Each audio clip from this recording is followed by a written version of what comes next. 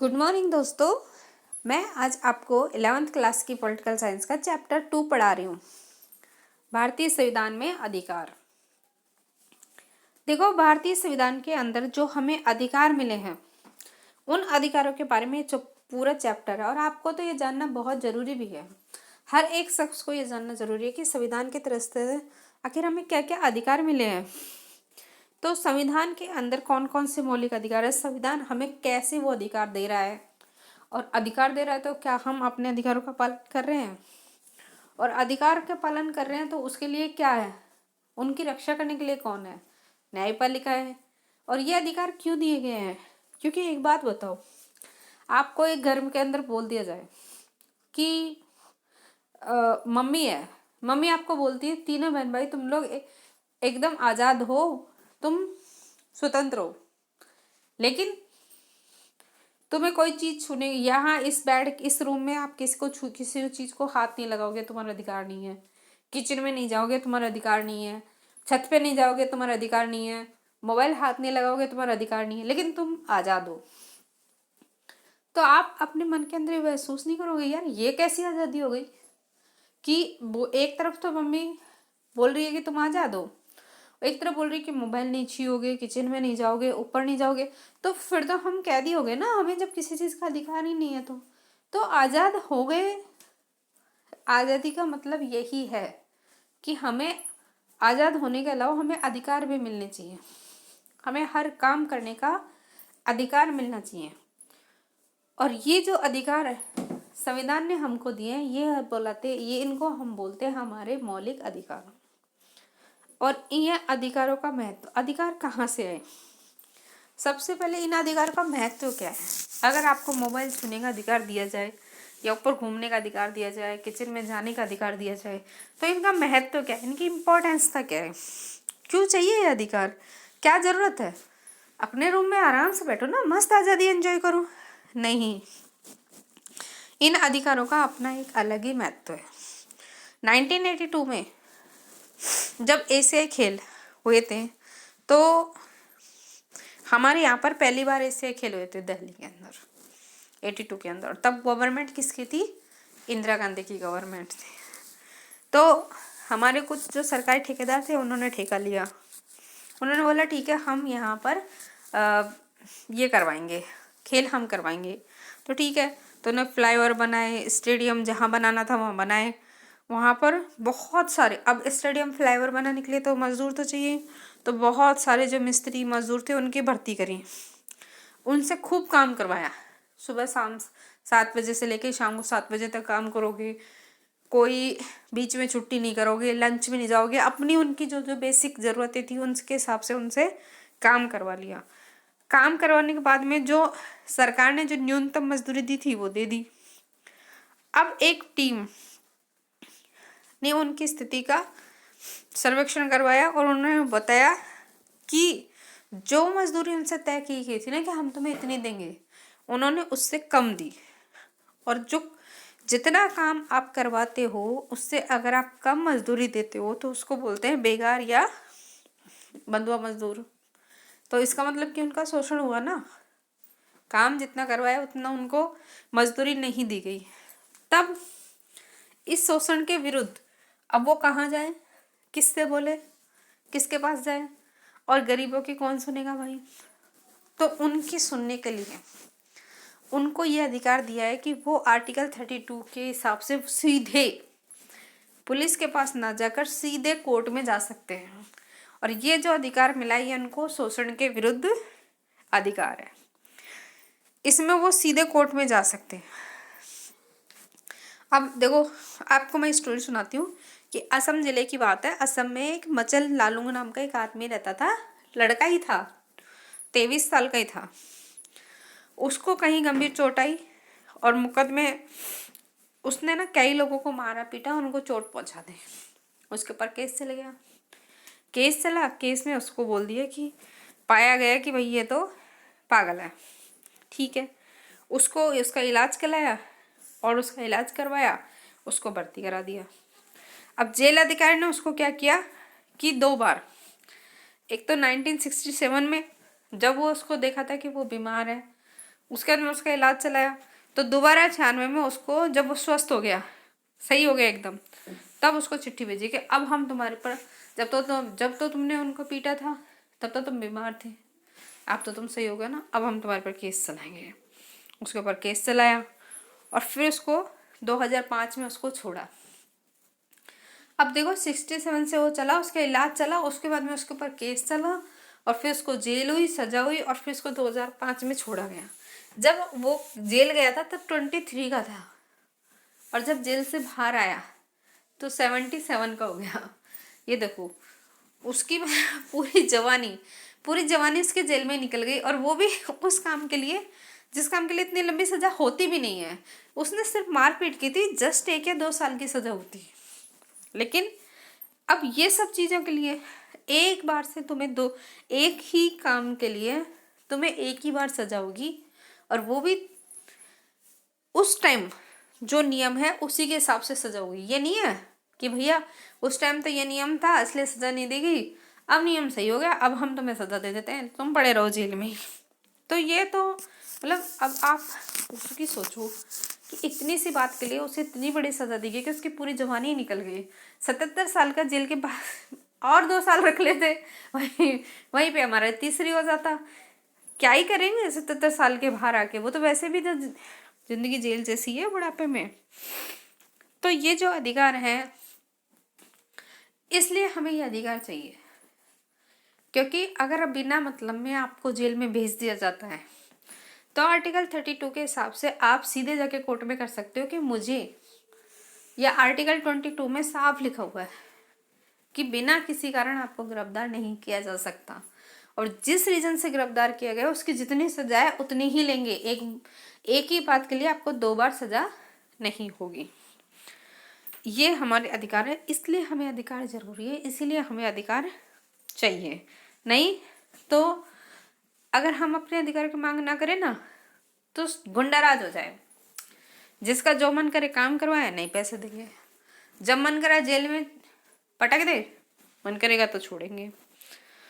ये आप सबसे बड़ी बात ये, अब आपके मन में ये बात आ रही हो कि अच्छा ये अधिकार तो चिल्ला रहे हो, पर ये आए कब से?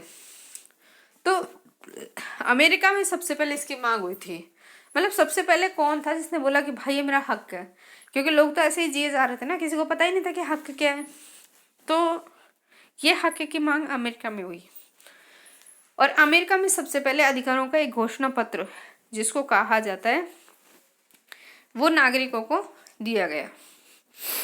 इससे बाद में, और इसकी रक्षा कौन करेगा? इसकी रक्षा न्यायपालिका करेगी, विधायिका और कार्यपालिका तीनों मिलकर इसकी, यानी कि ये हमारा एक वारंटी कार्ड है। जैसे टीवी पंखा खरीदने पे वारंटी कार्ड नहीं मिलता कि अगर ये डैमेज हो जाता है, खराब हो जाता है, तो इसकी जिम्मेदारी किसकी होगी? इसकी जिम्मेदारी मालिक की होगी ना। अगर कोई भी प्रॉब्लम होती है तो आप सीधा जाओ, सीधा ओनर के पास जाओ, ओनर नहीं, दुकानदार के पास जाओ, दुकानदार की जिम्मेदारी है ना। उसी तरह हमारी जिम्मेदारी, अगर हमें कुछ भी हो जाता है, हमारे साथ कुछ भी गलत होता है, उल्टा पुल्टा होता है, तो हमारी जिम्मेदारी हमारी सरकार की है, हमारे संविधान की है। हम सीधा जाके कोर्ट खटखटा देते हैं, बस अब गलत हो गया, अब संभालो। हमारे जो संविधान है इनका हमें मांग हमारे देश के अंदर सबसे पहले 1928 में मोतीलाल नेहरू जी ने की थी। ये जवाहरलाल नेहरू जी के पिताजी थे। इन्होंने सबसे पहले हमारे अधिकारों के घोषणा पत्र की मांग उठाई थी, क्योंकि उस टाइम अंग्रेज कुछ ज़्यादा ओवर हो गए थे, ओवर बहुत ज़्यादा ओवर। तो उनके खिलाफ उन्होंने बोलता भाई साहब हमारा ही देश है, और ये हम ही, कोई तुम कुछ नहीं समझ रहे, हम तुम लल्लूपन जो समझ रहे हो, हमें भी अपने अधिकार चाहिए। तो इन अधिकारों की मांग मोतीलाल नेहरू जी ने उठाई, और इन्हीं अधिकारों को बाद में जब हमारा संविधान बना ना, तो मोतीलाल नेहरू जी के जो बेटे थे जवाहरलाल नेहरू जी, उन्होंने इन्हीं अधिकारों को दोबारा उठाया, और इनको क्या बोला गया? इनको बोला गया मौलिक अधिकार। ये हमारे मौलिक अधिकार, इनकी गारंटी किसके पास है? न्यायपालिका के पास है। दक्षिण अफ्रीका का जो संविधान है वो 1996 में लागू हुआ। जब बनाया और लागू किया गया तब रंगभेद की सरकार हटने के बाद, रंगभेद वाली जो सरकार थी वो हट गई, गृह युद्ध होने शुरू हो गए। किसके लिए? संविधान के लिए, कि संविधान बना है। और इसी गृह युद्ध के बीच में 1996 के बीच में संविधान बना और उन्होंने अधिकारों के घोषणा पत्र की रखी और उसमें साफ साफ लिखा हुआ। अब एक बात बताओ, कोई भी आदमी अपना अधिकार, अपना संविधान बनाएगा, कानून बनाएगा, तो उसी बेसिस पे बनाएगा ना। अब साउथ अफ्रीका वाले ने क्या ही मांग करेंगे? एक बात बताओ, किसके लिए लड़ रहे हैं? गोरे काले के लिए तो लड़ रहे हैं। गोरे लोग वहां पर जो अंग्रेज लोग थे, और साउथ अफ्रीका के लोग तो आप जानते ही हो, तवे से थोड़ा बहुत ही कम समझ लो आप, तो उनको वो नीचा दिखाते थे, उन्हीं के खिलाफ वो लड़ रहे थे। तो संविधान में सबसे पहले तो ये क्या, साले ये काले घोरे की जड़ खत्म करो, या तो तुम फेयर एंड लवली हमारे यहाँ भिजवा दो ताकि हम गोरे हो जाएं, या फिर तुम ये कहना ही छोड़ दो कि तुम काले हो। तो यामी गौतम ने तो मना कर दिया, भाई फेयर एंड लवली में तो वहाँ जाएगी नहीं, हम संविधान में यही कर देते हैं। तो 90 वहाँ पर रंग भेद के खिलाफ कि आप नस्ल, लिंग, वैवाहिक स्थिति, जाति, सामाजिक मूल, रंग, इसमें आप ये तो लाओगे ही नहीं कि तू काला है मैं तेरे साथ शादी नहीं करूँगी। ये सब जन्म के हिसाब से बंद है। और हमें किस किस का अधिकार मिलना चाहिए? हमें अपनी प्रेस्टीज का, गरिमा का, निजता का अधिकार मिलना चाहिए। अगर हमसे काम कराते हो तो आप हमारे साथ उचित व्यवहार करोगे, हमारा अधिकार है। हमें अच्छा स्वास्थ्य मिलना चाहिए, पर्यावरण बेटर मिलना चाहिए, सारी सुख सुविधा मिलना चाहिए। इनफैक्ट रोटी, कपड़ा और मकान तो मिलना ही मिलना चाहिए, और जितनी ज़रूरत है उतनी शिक्षा भी मिलनी चाहिए। ऊपर से हमें सूचना प्राप्त करने का भी अधिकार है। ये मौलिक अधिकार साउथ अफ्रीका के संविधान में शामिल किए गए। और हमारे में हमें क्या क्या मौलिक अधिकार दिए गए? क्या हमें कोई मौलिक अधिकार नहीं दिए गए? अरे भाई ठंड रखो ठंड, तुम्हें भी बहुत मौलिक अधिकार दिए हैं।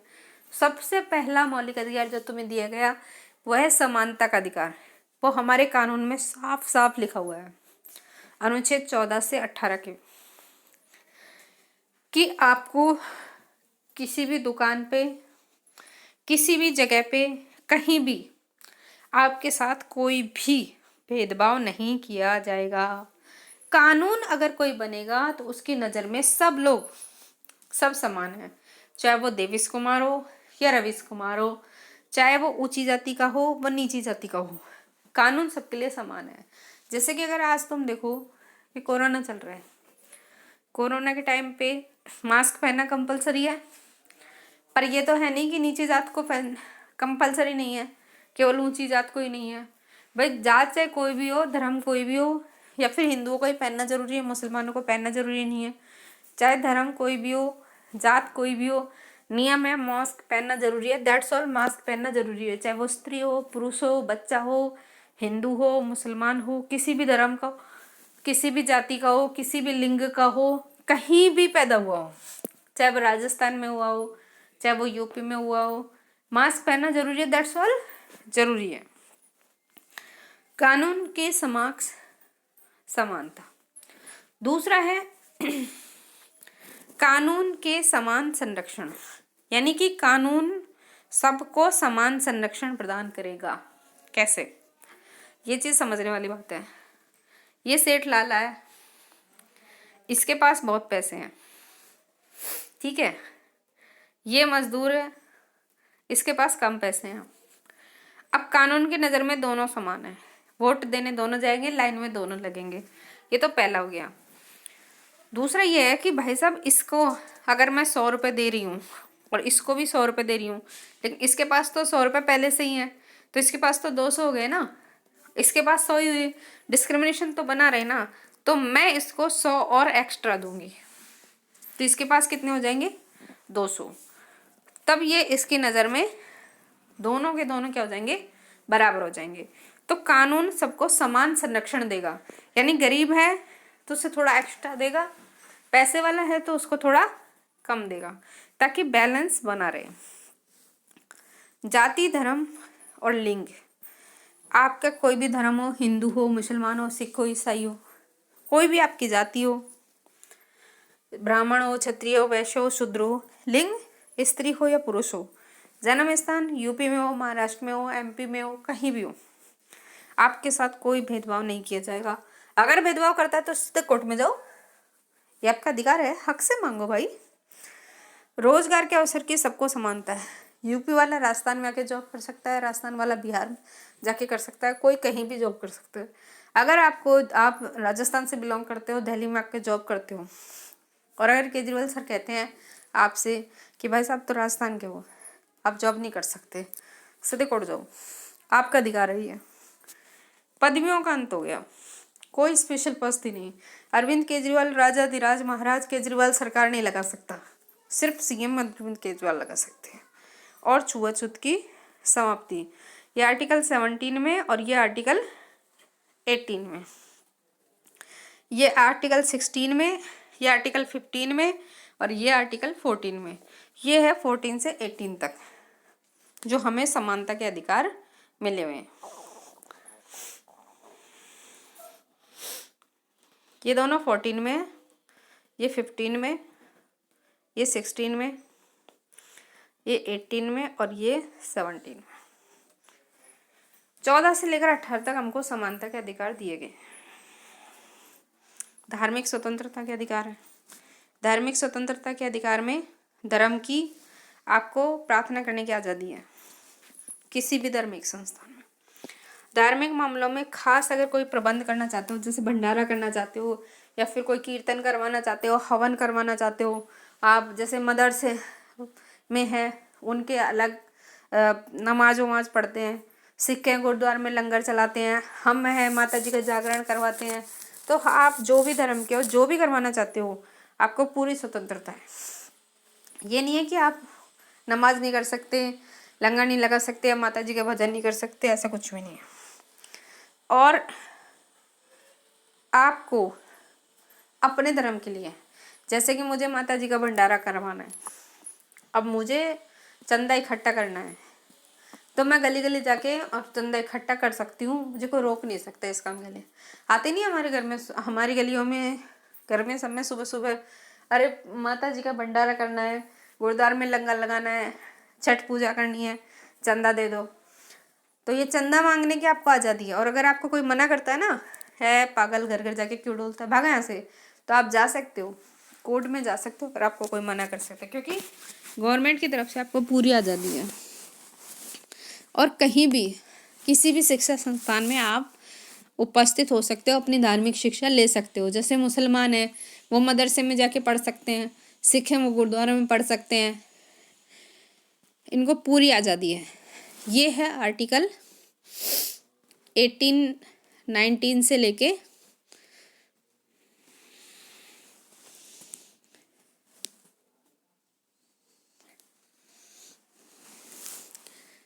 19, 20, 21, 22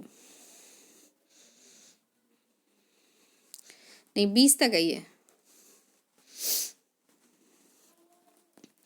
19 और 20, 21 और 22 इसमें है, शोषण के विरुद्ध अधिकार में 20,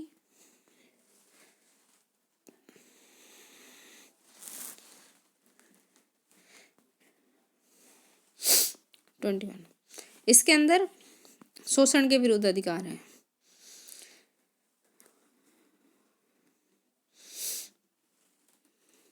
ये हमारे आर्टिकल 32 के अंदर है। अच्छा, बंधुआ मजदूर पे ये 23 और 24 के अंदर है।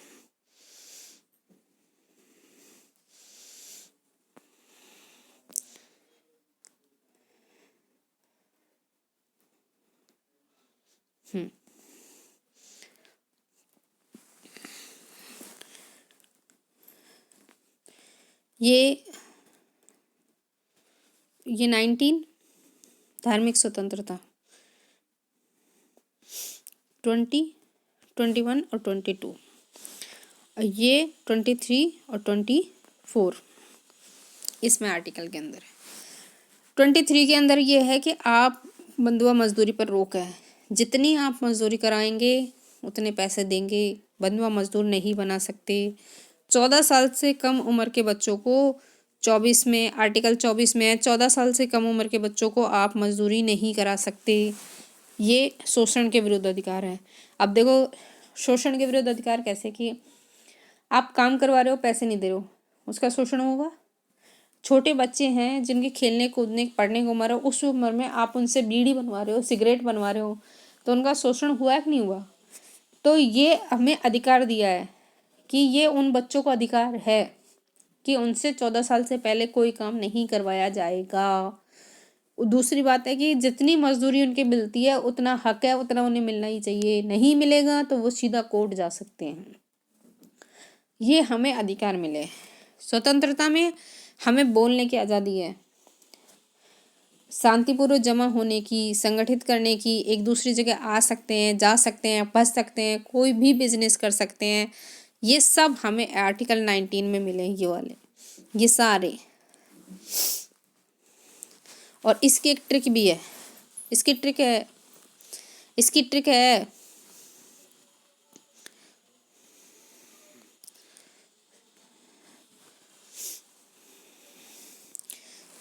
समर्पण। आप एक जगह संगठित होने का अधिकार है, संगठित हो सकते हो आप एक जगह, भाषण में बोल सकते हो आप, कोई भी, आपको स्पीच का अधिकार है, कोई भी बोल सकते हो, कहीं भी आप सभा कर सकते हो, एसोसिएशन बना सकते हो, कहीं भी आप संगठित हो सकते हो, एक जगह इकट्ठा हो सकते हो, अलायंस बना सकते हो। भारत में आप कहीं भी एक जगह से आ जा सकते हो, कहीं भी आप क्या कर सकते हो, मूवमेंट कर सकते हो, कहीं भी आप रह सकते हो, रेजिडेंस कर सकते हो, कोई भी आप प्रोफेशन चुन सकते हो। तो इसकी ट्रिक है सामर्प। सामर्प इसकी ट्रिक है, ये आर्टिकल 19। और जीवन की रक्षा आर्टिकल 21 में है, इसमें आपको जिंदगी जीने की है। और 22 के अंदर ये है कि अगर आप सजा पाए तो आपको जो सजा मिलेगी उसी, जो आपने जुर्म किया आपको उसी की सजा मिलेगी, उसके अलावा आपको और सजा नहीं मिलेगी। और अगर आपने नहीं किया है, कोई भी अगर आपने गैर कानूनी काम नहीं किया है तो आपको सजा नहीं मिलेगी। आपको ये जानने का पूरा अधिकार है। आर्टिकल 22 में साफ साफ लिखा है कि आपको पूरा अधिकार है। अगर पुलिस आपको पकड़ने आती है तो आपको पूरा अधिकार है कि क्यों ले रही है, क्यों पकड़ रही है, किस बात, मेरा जुर्म क्या है, पहले मुझे सबूत तो दिखाओ। देखा है तुमने CID में, क्राइम पेट्रोल में, जब पुलिस पकड़ने आती है तो सबसे पहले वो बोलते हैं सर्च वारंट दिखाओ, कि आप अगर हमारे घर की तलाशी लेते हो तो हमें सर्च वारंट दिखाओ। पहले आप ये कानून से ऑर्डर लेके आओ बाकायदा लिखित में कि आपको हमारे घर की तलाशी का अधिकार है। नहीं है तो आप बिना मतलब नहीं कर सकते, क्योंकि हमें कोर्ट से ये अधिकार मिला है। और अगर आप हमारे घर में तलाशी लेते हो, हमें अरेस्ट करते हो, तो ये आप कोर्ट से ही लिखवा के लाओगे, कोर्ट ही लिख के देगा, क्योंकि वही हमारा माई बाप है, वही तो हमारा रक्षक है। हाँ, अगर वो लिख के देता है तो ठीक है। दूसरा बात है कि जो अल्पसंख्यक हैं उनको 29 और 30 के अंदर ही है कि उनको ये अधिकार है कि वो अपनी भाषा और संस्कृति का रक्षा कर सकते हैं।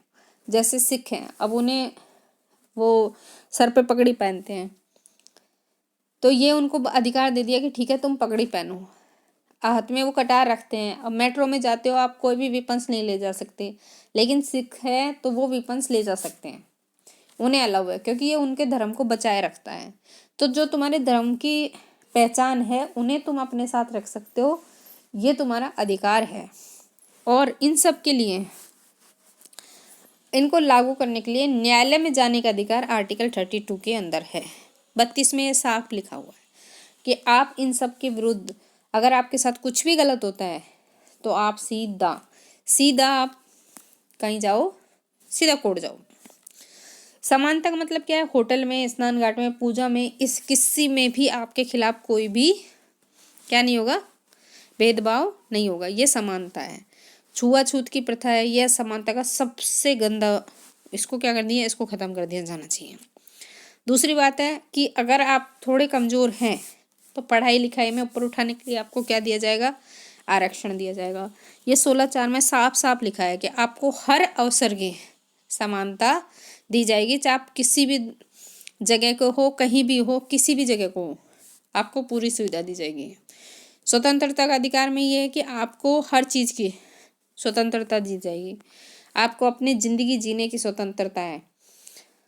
हाँ, अगर आपको स्वतंत्रता के अधिकार में आपको ज़िंदगी जीने की, देखो, अगर आपको व्यक्तिगत स्वतंत्रता का मतलब है कि बिना बताए अगर आपको गिरफ्तार कर लेता है तो आपको 24 घंटे के अंदर अंदर आपको मजिस्ट्रेट के सामने उपस्थित होना पड़ेगा।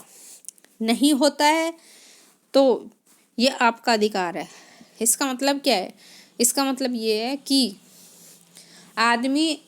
कानून आदमी की ज़िंदगी ले सकता है। ये तो बड़ा अजीब है, लेकिन कानून, इसकी गारंटी कौन देता है हमें?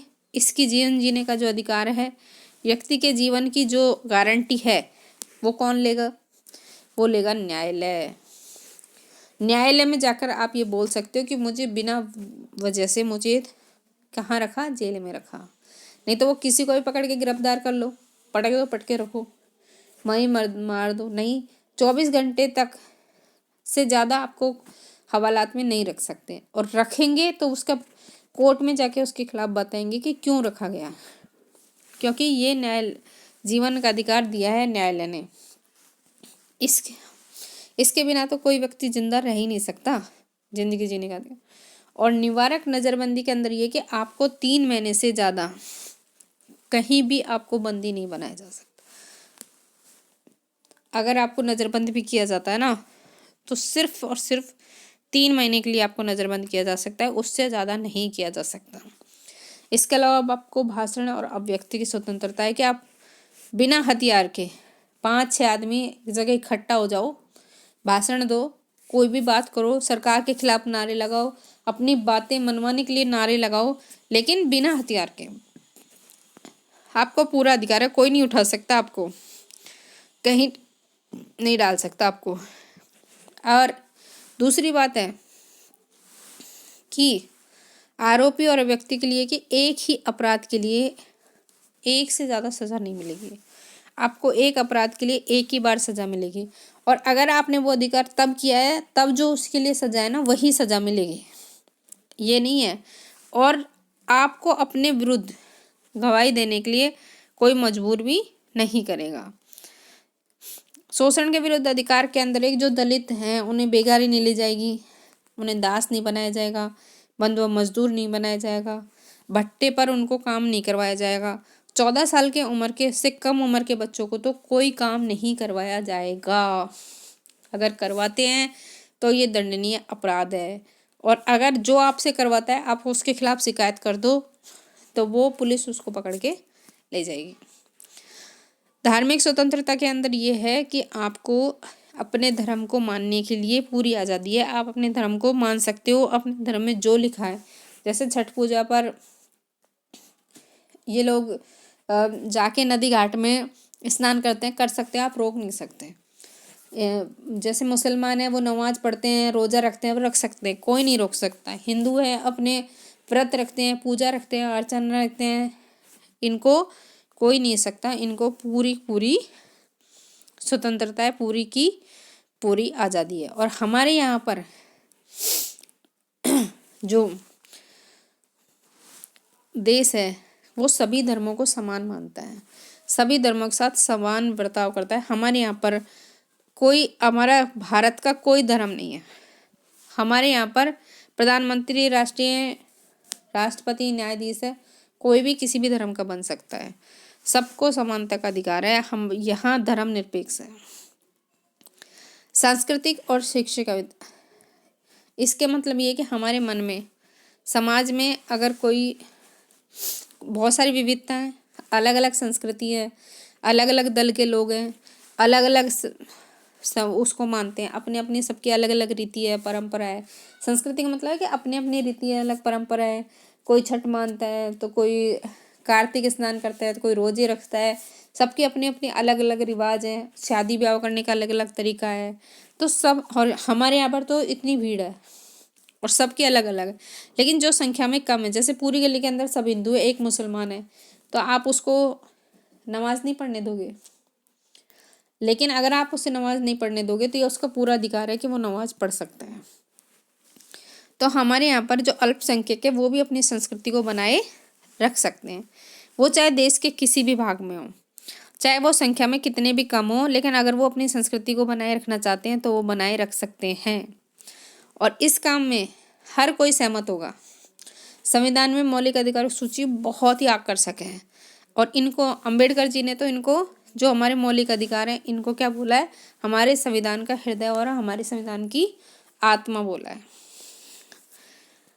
और अगर ऐसा कुछ होता है, इन सब के में अगर कोई गलत होता है तो आप सीधे जाके रिट लगा सकते हो, सीधे जाकर। ये कोर्ट को अधिकार दिए गए हैं आर्टिकल 32 में कि आप कोई अगर व्यक्ति गिरफ्तार कर लिया, न्यायालय में जाओ, जज सीधा बोलेगा कि इसको जो गिरफ्तार किया है इस व्यक्ति को छोड़ने का आदेश दो, इसको तो बिना मतलब में गिरफ्तार किया गया है। और अगर कोई भी सार्वजनिक पदाधिकारी है, जैसे नगर निगम का हेड है और अपने काम नहीं कर रहा है, आप उसके खिलाफ कंप्लेंट कर दो, कोर्ट से सीधा उसको फटकार लगेगी कि आप अपना काम क्यों नहीं कर रहे हो। और अगर निचली अदालत अपना कोई काम नहीं कर रही है, आप निचली अदालत में कोई केस लगा दिया, उसकी सुनवाई नहीं हो रही है, तो आप सुप्रीम कोर्ट में जाओ। सुप्रीम कोर्ट अपने से निचली अदालत को फटकार लगाएगा कि तुम इनका केस क्यों नहीं हैंड ओवर कर रहे, जल्दी करो, या तो फिर तुम मेरे पास भेजो उसको। और अगर न्यायालय को लगता है कि जैसे कोई व्यक्ति नियुक्त हो गया है लेकिन वो गलत तरीके से हुआ है, जैसे वानखेड़े का केस चल रहा है कि उन्होंने अपना पद गलत तरीके से लिया है, तो कानून में कोर्ट को यह हक है कि कोर्ट उससे पूछे कि आप किस हक से इस पद पे काम कर रहे हो, ये अधिकार पूछे। और उत्प्रेक्षा के अंदर वो ये फटकार लगा सकती है कि निचली अदालत को कि वो अपना काम जिम्मेदारी से करे। ये 32 के अंदर है और ये कोर्ट को अधिकार है, कोर्ट अपने से नीचे के उसको फटकार लगा सकती है।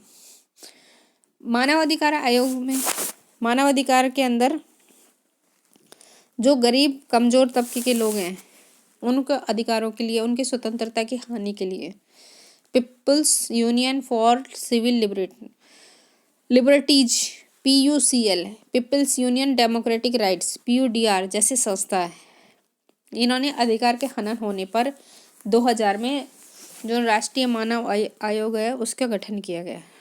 अच्छा ठीक है, इसमें और क्या क्या है, इसके अंदर सर्वोच्च न्यायालय के न्यायाधीश, उच्च न्यायालय का न्यायाधीश, ये सब जो मानव अधिकार का ज्ञान रखते हैं वो सब इसके सदस्य होंगे। और इसके अंदर अगर किसी के मानव अधिकार कहते हैं कि जैसे जर्मनी में हुई लड़ाई, जर्मनी में हिटलर बना और हिटलर ने क्या किया, बहुत सारे जो हिटलर खुद यहूदी था, नाजी को पसंद नहीं करता था, तो नाजियों को उसने सबको कटवा दिया, मरवा दिया। अब एक बात बताओ, जिंदगी जीने का तो हमारा अधिकार है ना, आप हमें ऐसे कैसे मार सकते हो? कि आप सिर्फ इसलिए मार सकते हो क्योंकि हम नाजी धर्म के हैं और आप हमें पसंद नहीं करते तो आप हमें मार दोगे? एक ही ज़िंदगी आपको मिली है, एक ही ज़िंदगी हमको मिली है, जितनी अधिकार आपको है उतना ही अधिकार हमको भी है ज़िंदगी जीने का। भाई जिम्मेदारी आपकी भी तो जिम्मेदारी हमारी भी तो है, बाल बच्चे हमारे भी तो हैं, ऐसे कैसे आप हमें मार दोगे? तो इसके लिए हम कहाँ जाएं? तो इसके लिए हम जाएंगे सर्वोच्च न्यायालय। और वहाँ कौन कौन बैठा होगा? पूर्व न्यायाधीश, उच्चतम न्यायालय का पूर्व न्यायाधीश और सर्वोच्च न्यायालय का पूर्व न्यायाधीश, और जो मानव अधिकार के बारे में जानकारी रखता है वो, और वो हमारी सुनेंगे और वो उनके खिलाफ एक्शन लेंगे जो हमें बिना मतलब के मार रहे हैं, कटोच रहे हैं, काट रहे हैं, उनके खिलाफ। ऐसी हजारों शिकायतें आती हैं, कोई हिरासत में मृत्यु हो जाती है, किसी का बलात्कार हो जाता है, कोई गायब हो जाता है, महिलाओं के साथ दुर्व्यवहार होता है, ये सब मानवाधिकार में। जो मानवाधिकारों का सबसे पहला पंजाब का जो एक युवक गायब हुआ था और गुजरात जो दंगे की जांच हो रही थी, उन सब में मानवाधिकार आयोग ने हस्तक्षेप किया था और उनकी सुनवाई तुरंत करवाई थी। ये है हमारे अधिकार। अब मानवाधिकार के बाद में ये है नीति निर्देशक तत्व, जिन्हें बोलते हैं DPSP। ये हैं 36 से लेके 52 तक है। ये वो है कि जब हमारा संविधान बना था ना, तो ये अधिकार तो हमारे वही संविधान के साथ ही दे दिए थे, लेकिन कुछ काम ऐसे होते थे कि देखो अधिकार से पाठ काम नहीं चलेगी, पेट भरने के लिए भी तो कुछ चाहिए, जिंदगी जीने के लिए तो कुछ चाहिए। अरे जिंदगी का अधिकार तो दे दिया, लेकिन खाएंगे पिएंगे नहीं तो जिंदगी चलेगी कैसे? तो राज्य को बोला कि भाई साहब तुम इनके लिए कुछ करो। तो राज ने बोला कि हमारे पास तो पैसे नहीं है। हाँ तो अभी अभी तो आज़ाद हुए हैं, पैसे तो बात तो सही है यार, पैसे नहीं है तो ठीक है। तो उन्होंने क्यों बोला कि ठीक है, जब तुम्हारे पास पैसे हो जाएंगे ना तब तुम इनके लिए कुछ करना, ताकि इनकी ज़िंदगी आराम से चल सके। तो उन्होंने बोला हम क्या करेंगे। तो उन्होंने बोला ठीक है, हम ये चीज़ ना लिख तो हम अभी जाते हैं कि आपको करना क्या है, लेकिन कर आप जब जब आपके पास पैसे आ जाएं। कि ठीक है। तब उन्होंने लिखा राज्य के नीति निर्देशक तत्व, यानी कि ये राज्य का काम है, जो राज्य हमारी भलाई के लिए हमारे लिए राज्य करेगा। और राज ने बोला कि भाई साहब तुम तो अभी हमने देखा, अभी तो तुम बोल रहे हो कि ये काम नहीं करेगा तो कोर्ट जाओ, ये काम नहीं होगा तो कोर्ट जाओ, अगर धर्म नहीं को हस्तक्षेप कर रहा है तो कोर्ट जाओ, स्वतंत्र। तो क्या हम नहीं करेंगे तो भी क्या तुम इनको बोलोगे कि कोर्ट जाओ? नहीं नहीं नहीं नहीं नहीं, ऐसी कोई बात नहीं है। देखो हम समझते हैं हम सिर्फ तुमसे बोल रहे हैं, बाकी कोर्ट में नहीं जा सकते। अगर तुम नहीं भी करोगे ना तो भी कोर्ट नहीं जा सकते। तो संविधान में राज्य के लिए बोला है कि आप जनता की भलाई के लिए काम करोगे, लेकिन नहीं भी करते हो तो भी लोग कोर्ट नहीं जाएंगे। ये वाद योग नहीं है। कोर्ट में केवल उसी के लिए जाएंगे जो मौलिक अधिकार हैं। राज थोड़ा रिलैक्स हुआ, ठीक है फिर ठीक है। अच्छा तो मुझे करना क्या होगा? तो देखो तुम्हें तो सबको समाज में सबको समान रूप से लेके चलना है ना। मौलिक अधिकारों के अलावा तुम्हें जो सारे इनके लिए फैक्ट्री लगाना है, धंधे लगाना है, इनको आरक्षण देना है, पंचायती राज देना है, ये सब तुम्हारा काम है। आप इनको रोजगार दोगे, काम दोगे। अब मैंने बोल तो दिया शिक्षा मिलनी चाहिए, लेकिन शिक्षा मिलेगी कैसे भाई? तुम स्कूल खुलवाओगे। अब मैंने बोल तो दिया कि अवसर की समानता का अधिकार है, लेकिन तुम इन्हें अवसर दो भाई, तुम इन्हें काम धंधा दो, तुम्हें उद्योग धंधे लगाओ। जब जब तुम्हारे पास जैसे पैसे हों तब तुम इनके लिए जिंदगी जीने के लिए इनको सब कुछ करना। ये नीति निर्देशक तत्व है। तो उन्होंने बोला कि ठीक है, अच्छा तो मतलब हम करें और इनका हमारे लिए कोई अधिकार नहीं। मान ले हम इनके लिए उद्योग धंधे लगाएं और ये ढंग से ना चलाएं। चलो मैंने इनके लिए लाइट लगा दी और ये स्विच ऑन करके छोड़ दें तो भाई स्विच तो खराब ही होगा ना। मैं कब तक बल्ब लगाता रहूँगा? इनको भी तो बोलो कि मैंने अगर बल्ब लगा दिया तो ये घर से जब रूम से बाहर निकले तो बल्ब बंद करके निकले। तो संविधान में सोचो, हाँ ये बात तो सही है भाई, उद्योग धंधे तो लगा दिए लेकिन मशीन चालू करी और मशीन चालू ही छोड़ गए। दूसरे दिन देखा मशीन खराब, पहुंच गए राज्य के पास। आज तुमने तो गलत मशीन लगा दी, इसे चालू करो। तो उसको ऑन ऑफ करना भी तुम्हारा कर्तव्य है। तो मौलिक उनके साथ में ही 51 क्या के अंदर उनके कर्तव्य भी जोड़े, 10 कर्तव्य भी जोड़े। क्या क्या कर्तव्य जोड़े? कि हमें अपने देश की रक्षा करनी चाहिए, भाईचारा बढ़ाना चाहिए, पर्यावरण की रक्षा करनी चाहिए। ये सब क्या है? ये हमारे मौलिक कर्तव्य है जो हमें करने हैं, जो हमारे।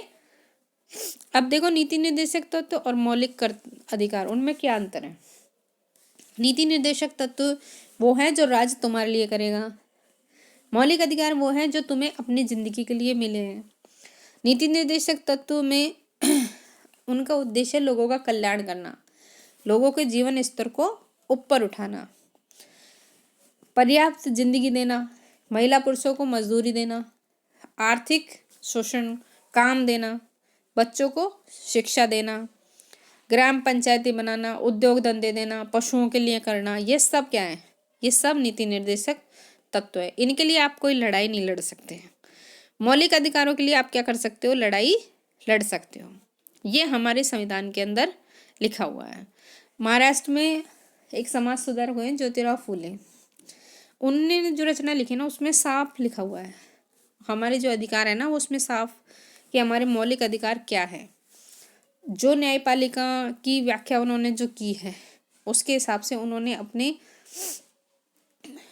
अधिकारों और कार्यों की सीमा तय करते हैं। उन्होंने साफ लिखा है कि राष्ट्रीय आंदोलन के दौरान ये विचार आया था कि हमारे जो अधिकार हैं उनको उन्होंने प्रस्तुत किया था, उनके अंग्रेजों के खिलाफ प्रस्तुत किया था कि हमारे अधिकार क्या क्या है। वो उन्होंने सूची बनाई थी, वही हमारे मौलिक अधिकार बने। 1950 में जब न्यायपालिका उन अधिकारों के संरक्षण की भूमिका निभाई है। 1950 में जब न्यायालय बना ना, तब जो हमारे अधिकार थे उनका संरक्षण, उनकी रक्षा किसने करी? न्यायपालिका ने करी है। ये उनकी रचनाओं में, उन्होंने अपनी रचनाओं में जो जो अधिकार बताया ना वो सारे अधिकार क्या बने, हमारे मौलिक अधिकार बने। और जो न्यायालय है, जो कोर्ट है, वो उनका क्या बना, रक्षक। रक्षक कैसे कि अगर कोई भी दिक्कत परेशानी आई, कोई भी हमारे अधिकारों को छीनेगा तो हम कहाँ जाएंगे, न्यायालय के पास में। ये हमारा चैप्टर खत्म। अगर आपको मेरी पढ़ाने की स्टाइल अच्छी लगे, पसंद किया आपने, तो आप लाइक, शेयर और सब्सक्राइब जरूर करना। Thank you.